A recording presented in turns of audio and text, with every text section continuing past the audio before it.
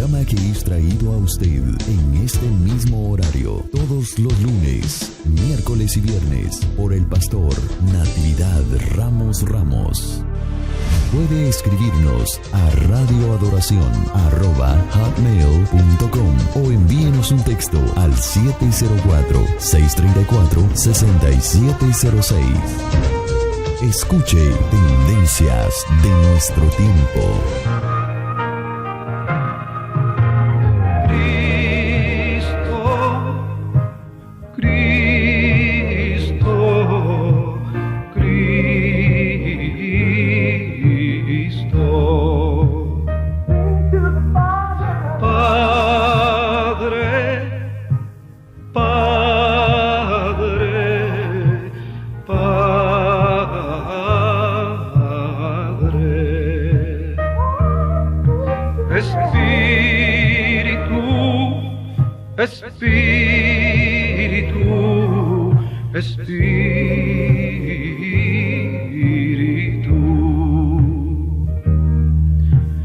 Deja tu agua viva entre mi alma correr.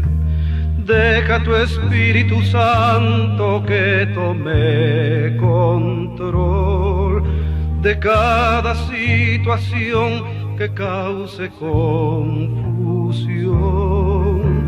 Todas mis aflicciones yo entrego a ti. Cristo, Cristo, Cristo.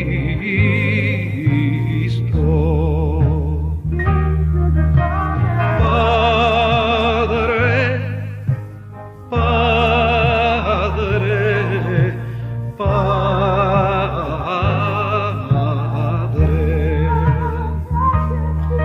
Espíritu, Espíritu, Espíritu.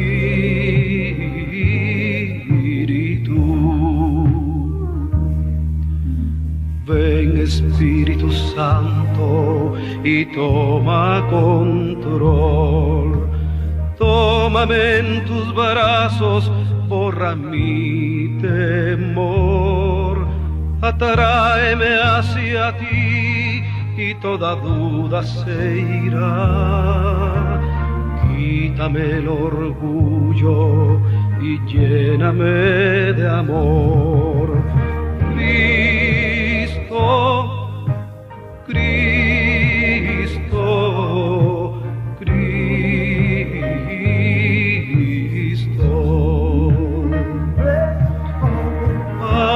Padre, Padre, Padre.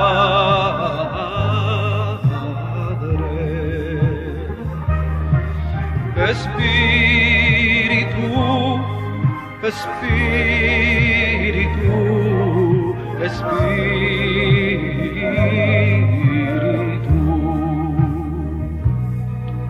Te invito a que tu vida entregues a Jesús. Permite que tu alma sea llena de Él. Permite que sus brazos hoy extienda hacia ti. Él quiere que tú reines juntamente con Él. Cristo, Cristo, Cristo.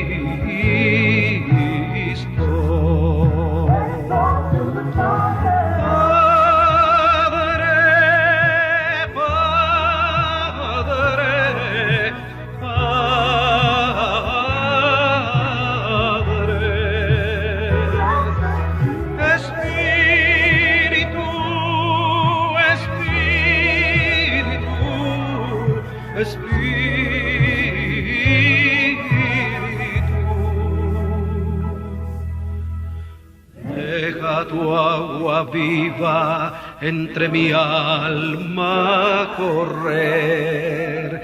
Deja tu Espíritu Santo que tome control de cada situación que cause confusión. Todas mis aflicciones yo entrego a ti. Todas mis aflicciones yo entrego a ti. Muy buenos días, estimados hermanos, amigos, en la preciosa fe de nuestro Señor Jesucristo.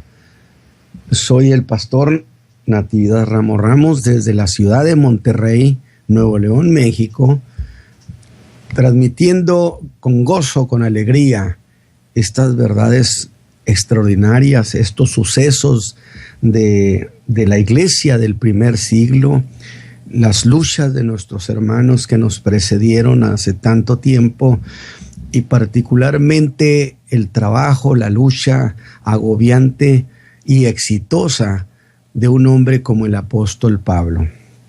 Estamos estudiando esta segunda carta, ya vamos muy avanzados, y en lo personal yo he disfrutado bastante, siempre disfruto estas cartas que el apóstol escribe.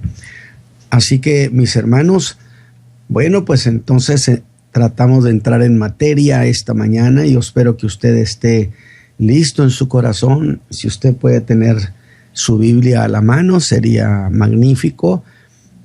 Voy a leer a partir del capítulo 11 de 2 Corintios, desde el verso 1 hasta el 15. Es donde vamos a tener la reflexión esta mañana. Y quisiera de alguna manera reincidir en la importancia que tiene estos últimos capítulos que narran el finiquito que hace el apóstol Pablo con todos los que habían sido actores, los que habían estado involucrados en el conflicto contra su persona, contra su apostolado y contra su evangelio. De tal manera que yo quisiera que usted grabara esto en su corazón, aunque ya lo dije en el mensaje pasado. ¿Qué hubiera pasado si el apóstol Pablo no regresa a Corinto? Si él hubiera dejado la imagen de haber sido vencido por las tesis de los falsos maestros, los falsos apóstoles, es decir, tenía una cantidad de rivales impresionantes que, aunque ellos no lo entendieran, las tinieblas sí lo sabían, todo lo que estaba en juego en eso de querer hacer quedar al apóstol Pablo como un apóstol ineficiente, incompleto, con un evangelio que le faltaba mucho. Así que imagínense, por un lado, los problemas internos. Un grupo de la iglesia, encabezado evidentemente por un líder dominante, había sido el más agresivo contra el apóstol Pablo, muy duro. Otro sector de la iglesia, dijimos, evidentemente, y por lo que se descubre en las palabras de Pablo, esos no se metieron ni para bien ni para mal. Sencillamente se quedaron como meros espectadores. Por otro lado, los falsos maestros enseñando tesis absurdas, doctrinales, que nada tenían que ver con la verdadera doctrina del Evangelio de Jesucristo. Los falsos maestros, los falsos enseñadores, y digo eso porque después andaban diciendo que la resurrección ya se había hecho y muchas otras distorsiones de la fe.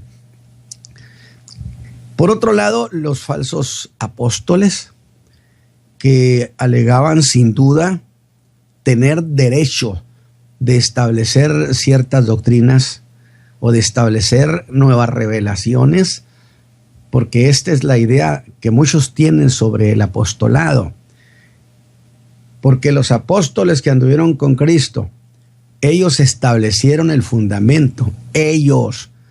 No implica que se hace extensivo a todos aquellos. Uno, que el Señor haya llamado al apostolado verdaderamente, no tendrán derecho a establecer nada, porque la fe ya está establecida por aquellos sumos apóstoles, los que anduvieron con Cristo, los testigos presenciales. Y otros falsos apóstoles, es decir, se hacían nombrar apóstoles, pero con la pretensión, por supuesto, dije, de querer establecer referencias doctrinales que la Biblia no autorizaba. Entonces, realmente la condición en la iglesia de Corinto era durísima. Ahora, razonemos esto. ¿Qué hubiera pasado si el apóstol Pablo, se va de Éfeso, se va a Jerusalén? O bien, viniendo de Macedonia, toma rumbo a Jerusalén. ¿Qué hubiera pasado? Quiero especular. Pues hubiera dicho, el apóstol Pablo nunca regresó. No volvimos a saber nada de él. Porque evidentemente se le descubrió que no era un apóstol, que su evangelio no estaba bien trazado. Y todas esas versiones malvadas, y los judaizantes hubieran tenido la oportunidad de asaltar la iglesia de Corinto, apoderarse de las iglesias que el apóstol Pablo había fundado.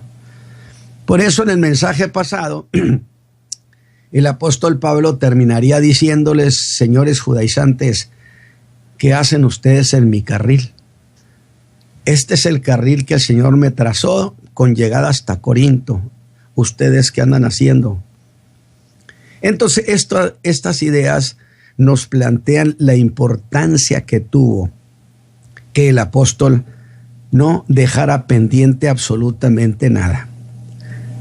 Puso orden, finiquitó con todos, dejó su imagen limpia, y entonces los siglos nos transmitieron esa victoria del apóstol Pablo y nos transmitieron el evangelio sano de precisión que él predicaba.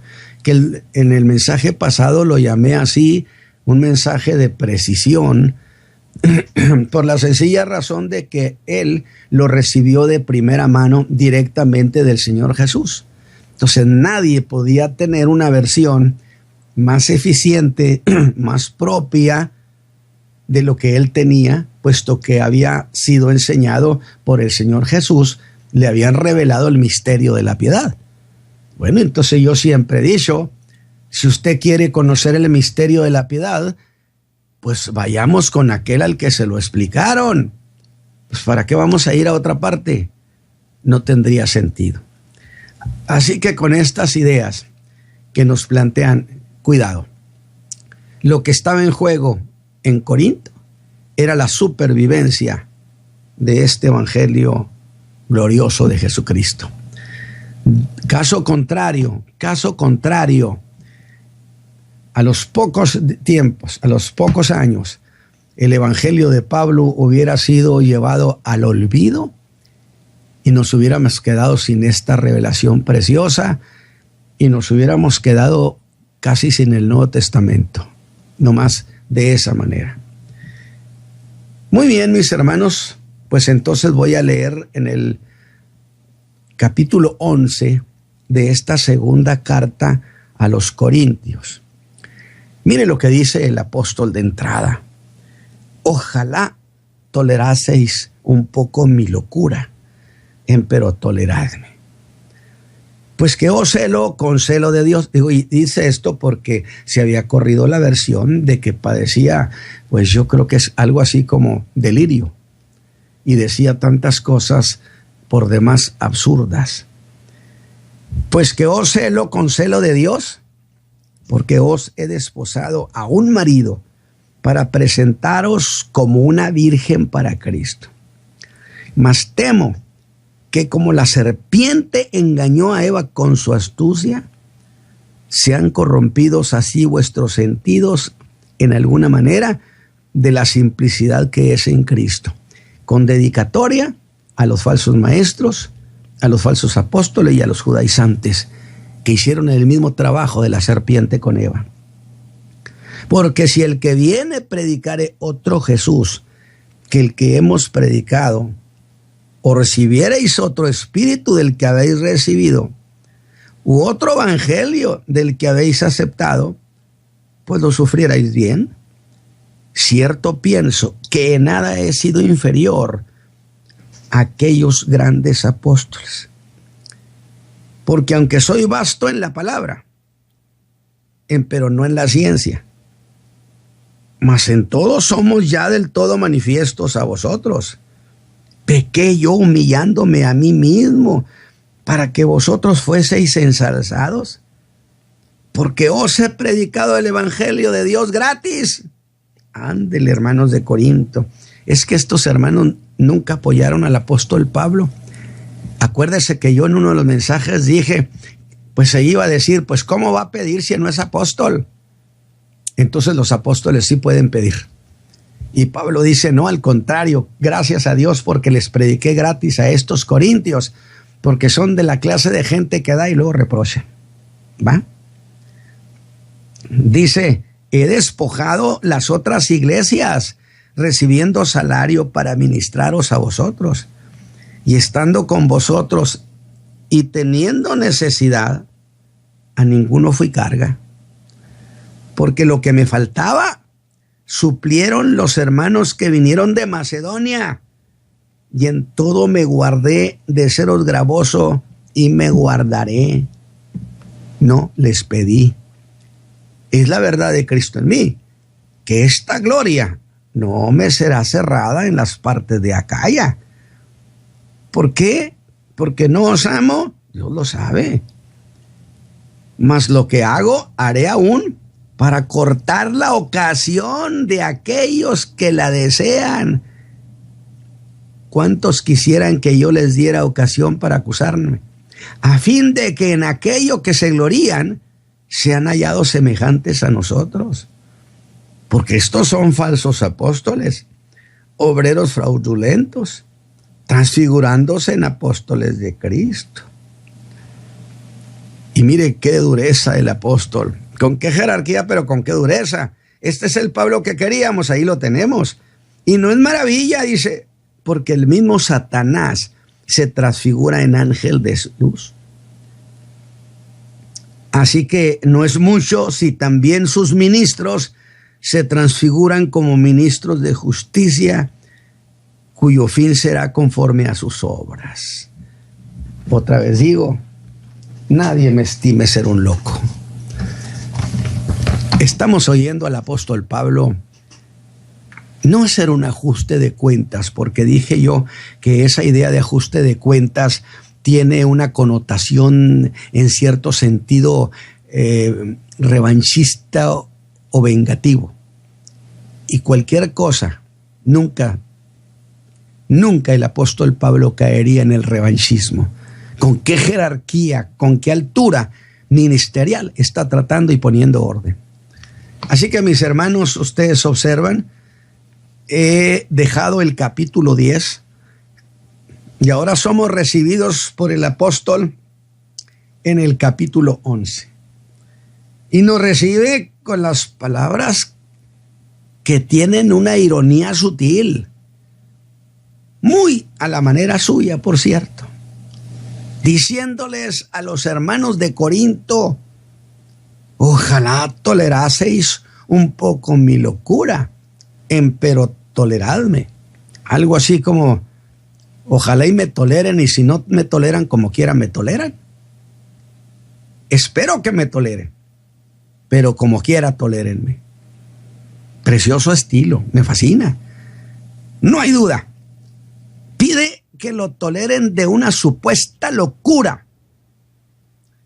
Pero ¿de dónde había salido eso de que esa supuesta locura del apóstol? Bueno, es que no olvide que les había dicho a los hermanos de Corintio, yo no puedo hablarles como espirituales sino como a carnales, porque todavía no entienden. Entonces, cuando el apóstol hablaba de cuestiones de gran trascendencia, de gran jerarquía, jerarquía espiritual, pues sencillamente lo juzgaron, pues que había caído en una especie de delirium tremens, porque dice cada cosa. Y entonces, ante esa versión leve, malvada, de que parece que el apóstol pues padece ciertos momentos de locura. Y es que decía cosas de tal trascendencia que atribuyeron a supuestos trastornos mentales las declaraciones que él hacía. Tolérenme, dice. Pero tolérenme, ese tolérenme tenía una connotación durísima. Tolérenme de la misma manera como han tolerado a los falsos maestros, a los falsos enseñadores. Porque usted observe cómo son recibidos aún el día de hoy, pero sí con aplausos, con fanfarrias.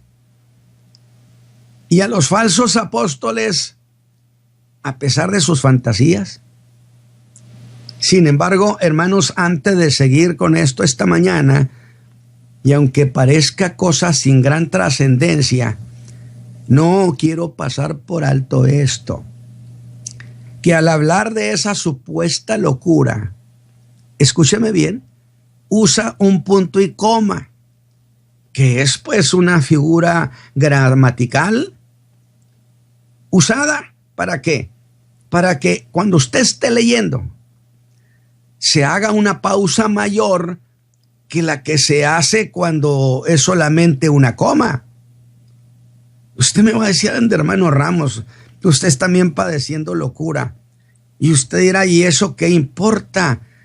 Nunca se le olvide que la gramática, que las palabras son diseño del Espíritu Santo. Basta y sobra que el Espíritu de Dios diseñó los idiomas. Pues que el apóstol quiere imprimir entonces con ese punto y coma mayor fuerza a su declaración. En este caso, ¿eso qué pide? Que le toleren su locura. Y ese un poco ha de leerse así: ojalá toleraseis un poco mi locura. Luego allí hace un alto, se detiene un poco más de tiempo que lo que fuera una coma, como si suspendiera lo que está diciendo, pero luego embiste con fuerza: empero toleradme. ¿Notó usted el sentido de eso? Lo he querido decir así porque realmente los escritos de Pablo, la escritura es una delicia. El cómo el apóstol dice las cosas y el por qué las dice, bueno, cosa igual que vuelve a hacer en el versículo 16, donde dice: nadie me estime ser loco, punto y coma. Allí se detiene: nadie me estime ser loco. Luego, en ese punto y coma se detiene un poquito. Dice que nadie lo estime ser un loco. Hace una pausa sin decir nada. Y luego otra vez embiste con fuerza y dice: de otra manera, tolerad, recibidme como a loco. Y otra vez digo, qué belleza. Lo que es el arte del buen decir. Porque Pablo hasta eso nos enseñó, que hablar de Dios y hablar de su reino es tratar de buscar las mejores maneras de decir las cosas y no ser torpes ni groseros con la palabra. Aunque quizá usted esté pensando, hermano Ramos, pero el apóstol dijo que él era tosco en la palabra. Y ahora usted habla de la belleza de su lenguaje. Bueno, es que eso dijeron de él sus críticos para descalificarlo. Y Pablo usa las mismas palabras que le usaron para criticarlo, que su palabra era menospreciable. Pero debo aclarar que eso no significa de ninguna manera que el apóstol esté aceptando falta de habilidad para hablar. No, deliberadamente el apóstol había dejado de lado el arte de la retórica, que tanto fascinaba a los griegos. Era muy codiciado el maestro, el predicador, el enseñador, que era hábil en esta materia. Y por supuesto esto fascinaba a los hermanos de Corinto, que eran griegos. Por eso apreciaban tanto a Apolo, elocuente, pero era elocuente y poderoso en las Escrituras. Que por cierto el apóstol Pablo le dijo a Apolo, échate una vueltecita por Corinto. Apolo dijo, de ninguna manera, y no quiso ir. Y al parecer nunca volvió. Porque después allá en Tito lo encontramos en la isla de Creta, que iba con otro hermano predicador, y Pablo le dice a Tito, encamínalo, que significa dale apoyo económico para que siga para adelante. Qué bonita manera de decir, Pablo, encamínalo. Es decir, en vez de decir dale un dinero, una ofrenda, ponle, no, dijo encamínalo. De tal manera, pero ya que he dicho esto, que le tolerasen un poco su locura, ¿sí? ¿De qué cosa hablaba o iba a hablar el apóstol? Pues que él también quería gloriarse, porque si los falsos maestros, falsos apóstoles y los judaizantes se gloriaban, entonces él quería entrar también en ese juego de glorificarse a sí mismo. Él también quería gloriarse. Y entonces iban a pensar que era cosa de locos que hiciera Pablo eso. Y dijo, toleren mi locura. Aunque eso era cosa que él jamás hacía, pero que lo haría ahora. Y como no están acostumbrados a oírlo a él de esa manera, es que en un sentido irónico les pide que lo dejen hablar de él mismo. Permítanme hablar de mí mismo, porque voy a hablar de mí, de Pablo. Así como a los otros los han dejado hablar de ellos mismos y se han glorificado y creado una imagen de grandeza, ahora déjenme a mí hablar de la manera como ustedes han tolerado a los falsos maestros. Digo, porque es increíble la tolerancia que se tiene con estos señores, ¿eh? Y que de igual manera no levanten de él sospecha alguna, sospechas de vanagloria. Y todo esto, un intérprete dijo que esto no era más que el preludio de la polémica más aguda que se pueda encontrar en sus escritos, porque es el finiquito abierto, directo contra todas estas gentes. Él nunca habrá de volver a Corinto, por consecuencia conviene que deje esto finiquitado. Y tengo que pensar, en ese momento, ¿cuál era el estado de ánimo del apóstol? ¿O qué le causaba tan intensa preocupación? Bueno, retomo sus palabras. Toleradme un poco mi locura, que significa en griego, toleren mi insensatez, mi imprudencia, porque voy a hablar como alguien muy imprudente y muy insensato.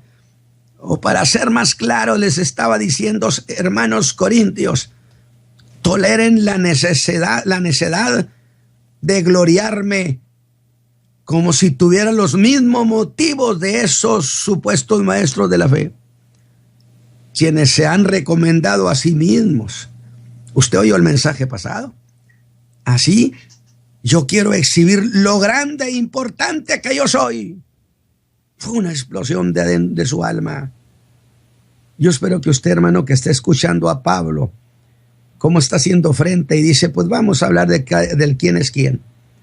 Y digo que gracias a esa explosión de su alma, se revelaron cosas impresionantes.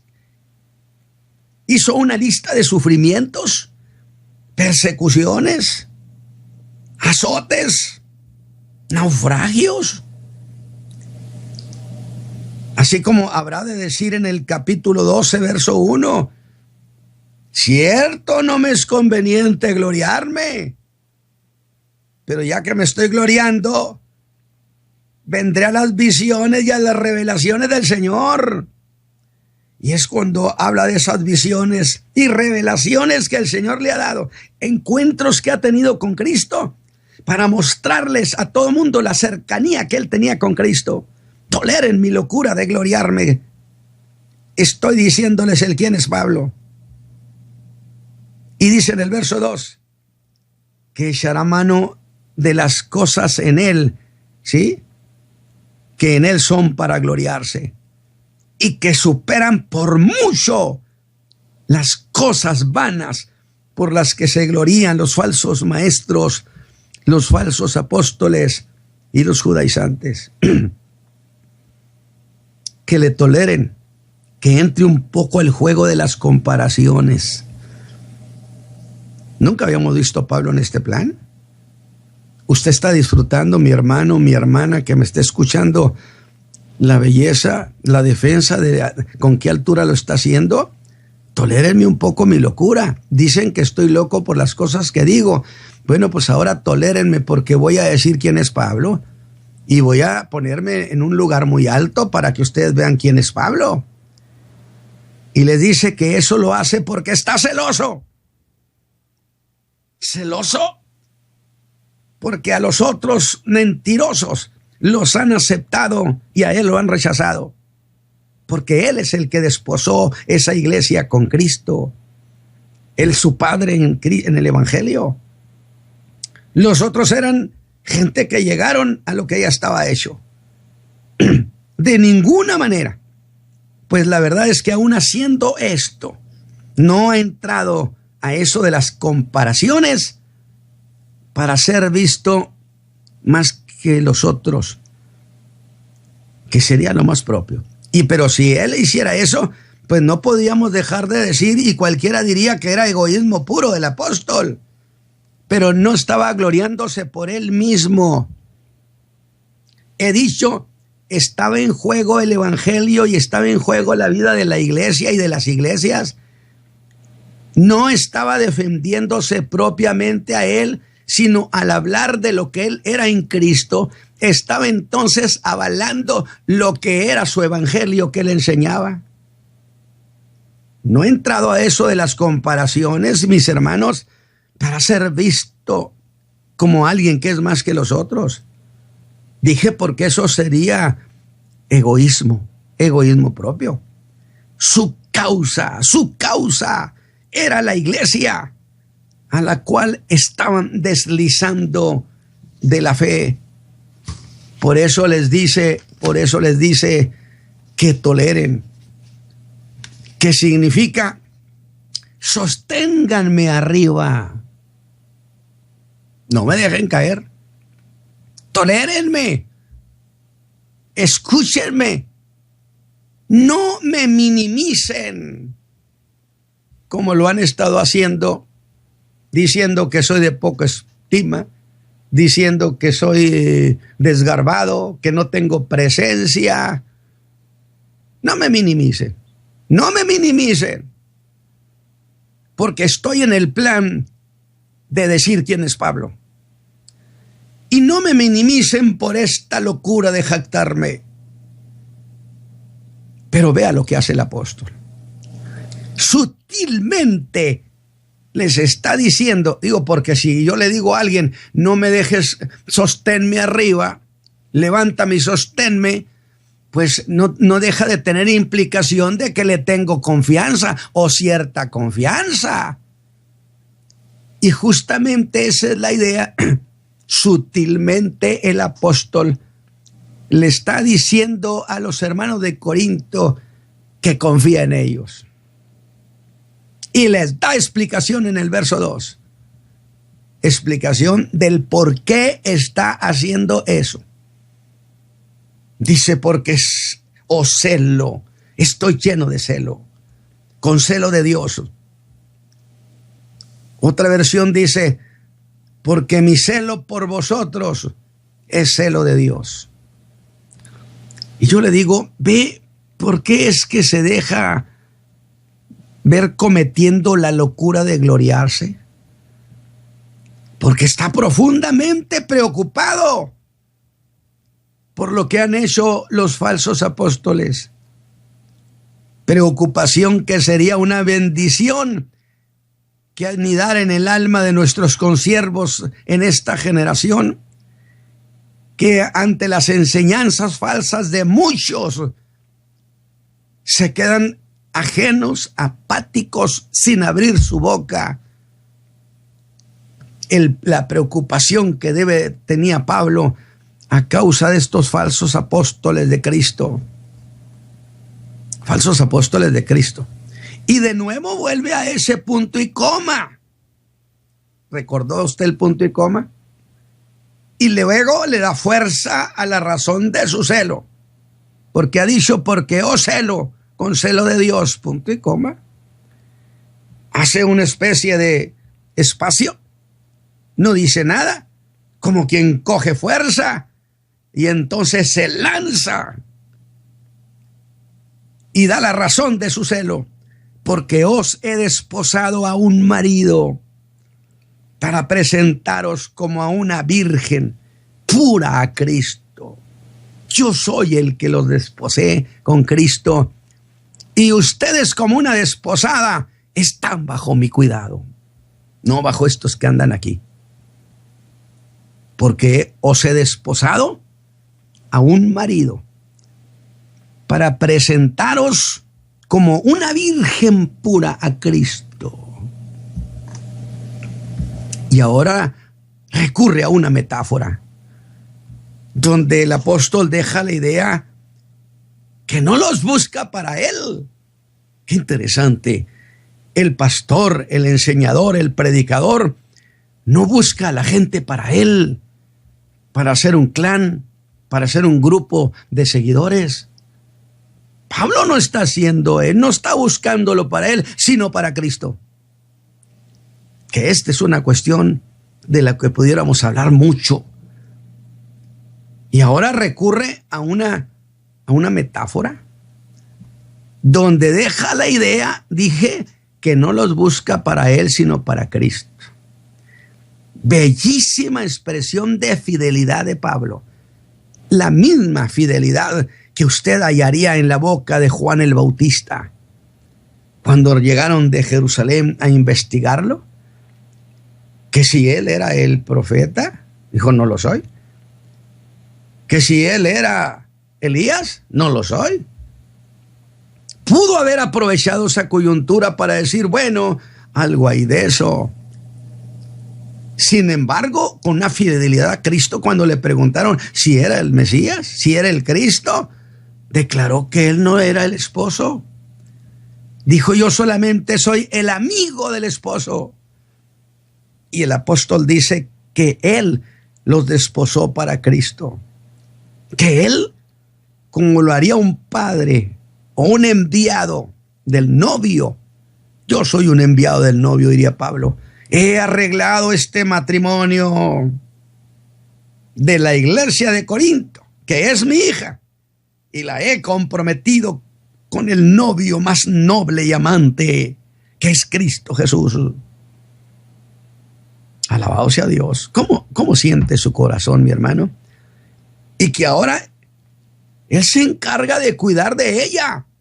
¿Cómo estarían oyendo la carta los judaizantes y los falsos enseñadores que estuvieran allí en la iglesia ese día y que la estaban leyendo? Le garantizo que estaban de cara pálida. Que él era el que se encargaba de cuidar de ella hasta que la iglesia sea presentada al esposo que es Cristo. Y que no puede permitir que esa novia la engañe a nadie. ¿Por qué los ministros contemporáneos han permitido que a la novia de Cristo la engañe medio mundo? ¿Por qué han condescendido que ese novio, que esa novia está a su cuidado y que él la cuida con gran celo, con gran fervor?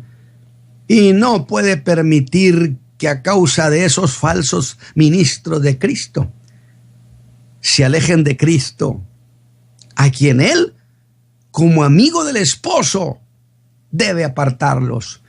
Con todo derecho interviene para defender la iglesia con todo ardor, con fuerza, con audacia. Es que para hacer defensa de la fe se necesita conocimiento y se necesita valor, audacia. No tenerle miedo al que dirán, que me van a ver como alguien que siempre va de cuesta arriba. Pues que lo vean, hombre. Defienda la fe. Porque qué cara va a levantar usted el día que comparezcamos en el tribunal de Cristo. Con audacia, dijo, para apartarlos de ella. Y esa referencia que yo quiero que usted la procese esta mañana, hace evidente lo dañino que eran esas gentes que habían sido recibidos por la iglesia imprudentemente en la ausencia del apóstol Pablo. ¿Cuántas veces la gente dice, pues en la iglesia manda el pastor, en mi casa mando yo, y yo traigo a este hermano para que enseñe aquí, a que tengamos reunioncitas, y verá lo que pasa con la iglesia? No, señor. La iglesia es un solo cuerpo aquí donde quiera. Y por eso se ve obligado a jactarse. Pues si no tuviera ese motivo, sí que sería una cosa de locos que el apóstol se gloriara tanto. Y ese sentimiento de celos es el celo del esposo, el sentir de Cristo, que le desvíen su iglesia con falsas doctrinas. Y expresa su temor en el verso 3 y les dice: mas temo que como la serpiente engañó a Eva, se han corrompido vuestros sentidos en alguna manera. Oye, espéreme tantito. ¿Quiénes son esa figura de la serpiente engañadora? Los judaizantes, los falsos apóstoles y los falsos maestros. Pues ¿a quién más? ¿Quiénes otros eran parte en el conflicto? ¿Quiénes estaban engañando a la iglesia? No deben alejarlo de la simplicidad que es en Cristo. Ahora sí el apóstol entra a una polémica más aguda. Compara, ándele usted que le gustaba ver al Pablo ese, como usted dice, entrón. Compara a estos hombres, a estos que se llaman apóstoles de Cristo, incluyendo a los judaizantes. Los compara con el engaño de Satán a Eva. No me diga que esta es una caricia, porque esos son. Pero al hacer esa comparación, está dando por hecho que el trabajo de ellos es perverso. ¿O no fue perverso el trabajo de la serpiente allá con Eva? ¿No fue malvado? ¿Y usted qué cree que son estos? Perversos muchos y satánicos en sus métodos, pero su obra es semejante a la del diablo con Eva, que sobrepuso razones de engaño. Fíjese bien, sobrepuso razones de engaño para apartarlos de Dios. Acusó a la institución divina de ser represiva, porque no les permite comer de todo. Está violentando sus derechos humanos. Santo Dios. Llegó como un buen representante de derechos humanos el diablo. Y le dice a Eva que Dios era injusto, que restringía, por supuesto, la libertad que ellos tenían. Coman de lo que quieran. Esa declaración del apóstol es un golpe muy rudo y sin ningún miramento. Porque ¿sabe por qué? Porque con esa gente no hay que conciliar nada. Pablo era muy cariñoso con la iglesia, con ellos era muy duro. Y creo que eso establece igual que Juan una tesis, que con quien enseña lo que Pablo llamó como otro evangelio, lo que se ha dado a llamar en este tiempo el evangelio mejorado. Pues que algunos dicen es que yo te predico un evangelio mejorado. Sí, hombre, los judaizantes decían lo mismo. Pablo les dio un evangelio incompleto, pero yo les voy a terminar enseñarle y este evangelio está mejorado. La serpiente dice, yo te propongo cómo mejorar tu calidad de vida. Y la iglesia dice, no, claro, es que vamos a entrar dentro del fuego de Dios, dentro del poder de Dios. Y aquí es un movimiento y un moverse del Espíritu, aunque sea un show. Y si usted lo pone esto en una perspectiva, pues el apóstol está comparando a toda esa gente con la serpiente. O dígame usted si no. Pues la influencia de sus enseñanzas apartaban a los hermanos de su simplicidad en su creer en Cristo y le daban enseñanzas muy complicadas. Y aquí quiero hacer un señalamiento. Y es que el origen del temor del apóstol era más que nada en que los corintios, no, pues es que la iglesia contemporánea está corintianizada, eran muy complacientes, condescendientes. Como Eva se puso a hacer eso que hoy elegantemente llaman cambio de impresiones. Santo Dios, es que hay que oírlos en un cambio de impresiones. Sí, póngale a hacer cambio de impresiones con el diablo, verá cómo sale. Y la astucia es un enemigo formidable de la simplicidad. Y cuando hablamos de simplicidad, es la fe que se pone solo en uno, en Jesús, sin buscar a nadie más. Que yo alguna vez lo expresé diciendo que muchos predicadores y enseñadores y falsos apóstoles son como aquel herrero. Usted sabe, el herrero trabaja en la fragua y coge el acero y le hace arreglos y muy bonitos. Que puso un anuncio en su taller que decía, aquí se hacen torceduras vistosas. Y estos hacen cada torcedura vistosa que hace que los creyentes simples se impresionen. Y la Biblia enseña de que al Señor hay que creerle con sencillez de afecto. Y donde Eva falló fue en darle a Satán un espacio en sus pensamientos, a la posibilidad de que ese recién llegado al jardín tuviera más interés en ellos que Dios. Yo estoy, diría la serpiente, más preocupado por ustedes que Dios.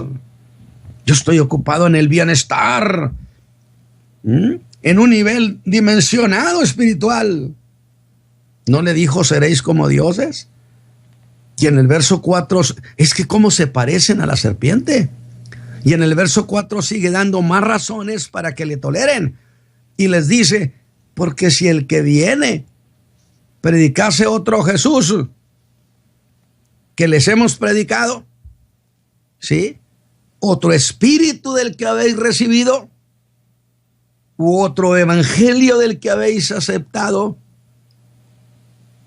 Note lo que estoy leyendo. Ese otro Jesús, otro espíritu, otro evangelio. Y quiero dejar claro que esos falsos maestros, esos judaizantes y esos falsos apóstoles, vea lo engañoso, no negaron a Jesús. No, nosotros, por eso dije que los judaizantes son gentes que creen en Cristo. Pues sí, pero le siguen la contra. Si Cristo dijo que Él perdonaba y daba vida eterna, ¿por qué tienen que llegar estos para decir no? Además, hay que agregarle aquí que tienen que circuncidarse y guardar la ley. No, si no negaron al Espíritu Santo. No negaron que había el Evangelio de Cristo. No hicieron eso. Pero explicaron la persona de Jesús de manera diferente al apóstol. En sus labios, el Mesías de ellos era distinto al Cristo de Pablo. Y Pablo llamó a eso otro Jesús. Y una versión dice, otro Jesús del que hemos predicado. No, si no negaron al Espíritu, pero lo explicaron de manera diferente al apóstol. No negaron que había evangelio, pero lo hicieron de manera distinta como lo hacía el apóstol. Por eso, Nota usted que Pablo no escribe con mayúscula ese otro espíritu. Si les enseñan de otro espíritu, no lo escribió con mayúscula, porque mayúscula sería el Espíritu Santo. Solo el Espíritu Santo se escribe con mayúscula, los demás espíritus con minúscula. Qué preciosa es la gramática, qué precioso. ¿Nos da idea de lo que está haciendo? De tal manera que note usted que Pablo no escribe con mayúscula eso de otro espíritu, sino con minúscula. Porque eso que enseñaron de él no representaba de ninguna manera al Espíritu de Dios, al Espíritu con mayúscula. Y si estaba con minúscula, pues de qué espíritu intervino con ellos. ¿Usted tiene en sus manos la reflexión de esta mañana? Para que usted vea que no era tan intrascendente, que no era tan simplista, que no es bondadoso. No es una bondad al Evangelio de Jesucristo que usted reciba a los judaizantes. No lo es. No lo es. Alabado sea Dios. Porque Jesús dijo que toda potestad le había sido dada en el cielo y en la tierra. Que por tanto fueran y predicaran a los gentiles, que predicaran a las naciones, bautizándolas en el nombre del Padre, del Hijo, del Espíritu Santo, enseñándoles todas las cosas que os he enseñado. Luego también ha dicho, prediquen perdón de pecados en mi nombre. Y lo dijo quien en ese momento establece toda potestad me es dada en el cielo y en la tierra. Lo que yo estoy diciendo es un decreto de autoridad. Prediquen que el que cree en mí es salvo. Los judaizantes llegan para decir, creemos en Cristo, pero aquí falta una cosa, que se circunciden y guarden la ley. No me digan que Cristo y ellos vayan caminando en el mismo sentido. Es una contradicción rotunda a esta fe preciosa. Mis hermanos, gracias a Dios y que esta mañana el Señor les bendiga a ustedes. Gracias por haberme recibido.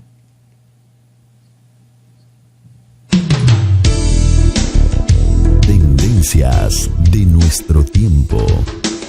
Programa que es traído a usted en este mismo horario todos los lunes, miércoles y viernes por el pastor Natividad Ramos.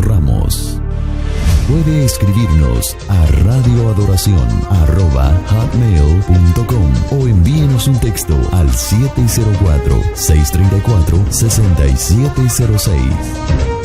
Escuche Tendencias de nuestro tiempo.